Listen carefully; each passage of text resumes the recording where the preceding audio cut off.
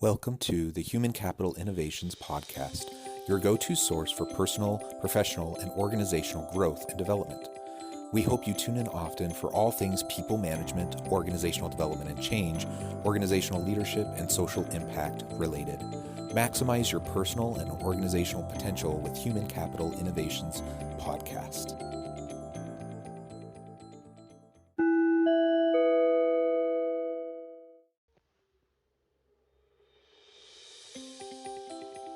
Welcome to the Human Capital Innovations Podcast.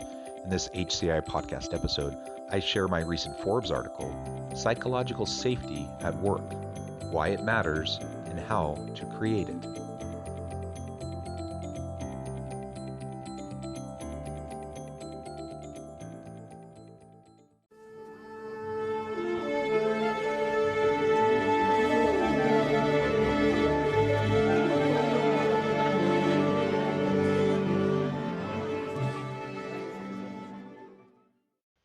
Welcome back to the Human Capital Innovations Podcast. It's great to be with you again today as I share my recent Forbes article, Psychological Safety at Work, Why It Matters, and How to Create It.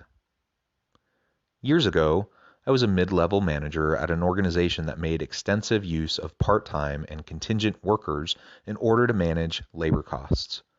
While pay for these workers was not high, the organization leaned heavily on goodwill and shared purpose and messaging that everyone and their contributions mattered and were appreciated.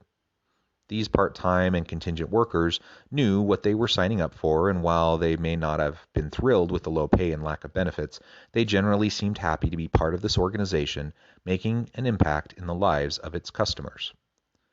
Then the organization hit hard times. Leadership looked for ways to further cut costs, which resulted in an additional squeeze on the part-time and contingent workers. While I was not in a high-level position and not included in the executive meetings where decisions were made, I was well respected throughout the organization. I decided I needed to put my social and political capital to work to try to help my colleagues.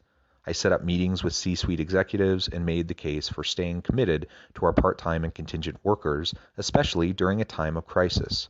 However, my arguments largely fell on deaf ears, so I became more vocal. Eventually, the organizational leadership came around, walked back some of their previous decisions, and largely made things right. While I was happy about this outcome, I believe I paid a steep price for speaking out. I was labeled a problem employee and passed over for a promotion. This had a chilling effect as other employees saw what could happen to them if they were to speak out. What is psychological safety? We have all been there. Leaders say they encourage constructive and challenging dialogue, but in reality, they just want their people to agree with them and move on. And when an employee has the nerve to point out problems, abuses, logical fallacies, or inconsistencies, or even just play devil's advocate to get to more thorough thinking, they get ostracized and criticized for not being a team player. Those experiences, and the one I shared above, illustrate the principle of psychological safety. The Center for Creative Leadership defines psychological safety at work as shared belief held by members of a team that others on the team will not embarrass, reject, or punish you for speaking up. Why is it important to create psychological safety at work? Well, we all know we don't want to be in a psychologically unsafe environment. Who would? There's a business case for creating a psychologically safe work environment too. In a recent HBR article, the author states, psychological safety allows for moderate risk-taking, speaking your mind, creativity, and sticking your neck out without fear of having it cut off. Just the types of behaviors that lead to market breakthroughs. Simply put, a psychologically safe workplace is a more innovative and competitive workplace. It also encourages employees to speak up when they see a problem, thereby helping organizations avoid potential failures and save time and money in the long run. Finally, let's not forget about the human case for creating a psychologically safe work environment. If we are committed as organizational leaders to treating our people with dignity and respect, then psychologically safe environments should be a given. Not only will this lead to more healthy individuals and relationships, but it will also lead to greater cohesiveness and productivity as we leverage the innate talents and capabilities of our people and provide them with opportunities to continually learn and grow. how can you create psychologically safe organizations? While creating a psychologically safe work environment can be challenging, it also isn't rocket science. Here are 6 common practices and approaches that can help enhance psychological safety in your workplace. Number 1, be open with your team. The first step to creating a psychologically safe workplace is to practice transparency. This means regularly and consistently communicating, sharing the why behind decisions, and genuinely seeking the input of your people. Number 2, encourage and reward conscientious dissent.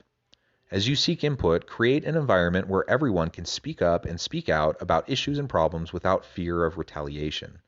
Recognize that it is not easy for your people to share their ideas, especially when there's a history of input being dismissed or undervalued. Acknowledge and reward meaningful contributions and sincerely thank your people. Number 3, practice active listening and emotional agility. When your people speak up, your goal should be to fully understand their perspective, ask clarifying questions, and avoid the tendency to get defensive by practicing emotional agility. If we lose our cool and snap at our team when they're making a good faith contribution, we will undermine trust. Number 4, clarify expectations to build an accountability culture. Mutual accountability is the foundation of a psychologically safe workplace. Clarify your expectations for your people and seek to understand their expectations for you. Then hold each other to those expectations and support each other to achieve success. Number 5, develop mutual trust. Along with mutual accountability, over time you need to develop a deep and genuine trust with your people. Be someone they can count on and always walk the walk. Lean on them a little at first, and over time you will trust in their capabilities. Number 6, focus on diversity, equity, inclusion, and belonging initiatives. Finally, a psychologically safe workplace needs to be an inclusive workplace with a culture of belonging where everyone feels genuinely needed, wanted, and valued for who they are and what they contribute.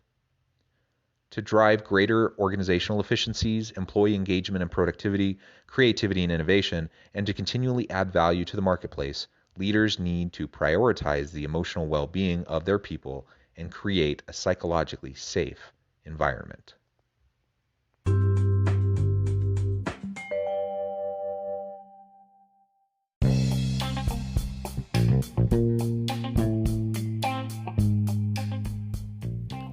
I'm excited to announce the publication of my new book from HCI Press, The Alchemy of Truly Remarkable Leadership: Ordinary, Everyday Actions That Produce Extraordinary Results. Consider how the nature of work has shifted over the past 50 years. With increased globalization, rapid technological advancement, and the shift in economic composition, the average job of today looks very different than the average job of 50 years ago. What will the jobs and organizations of tomorrow look like? Moreover, what does this all mean for organizational leaders? What are the core competencies and capabilities of organizations and their leadership that are prepared for continued disruption and geopolitical and socioeconomic shifts? Regardless of what the future holds, increasingly, leaders need to be socially minded, data-driven, decisive, champions of talent, and disruptors of the traditional notions of leadership, teams, organizations, and work. The Alchemy of Truly Remarkable Leadership will help you to explore your own leadership competencies and capabilities and consider ways to apply and implement them into your workplace and personal life.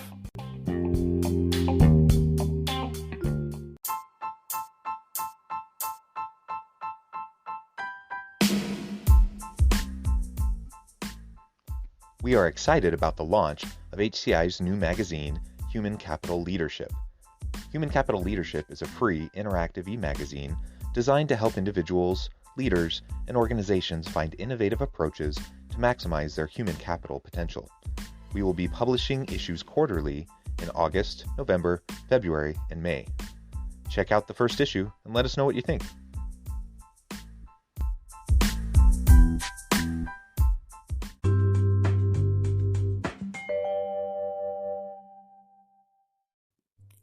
Thanks again for joining us for this episode of the Human Capital Innovations Podcast. I hope you stay healthy and safe and that you have a great week.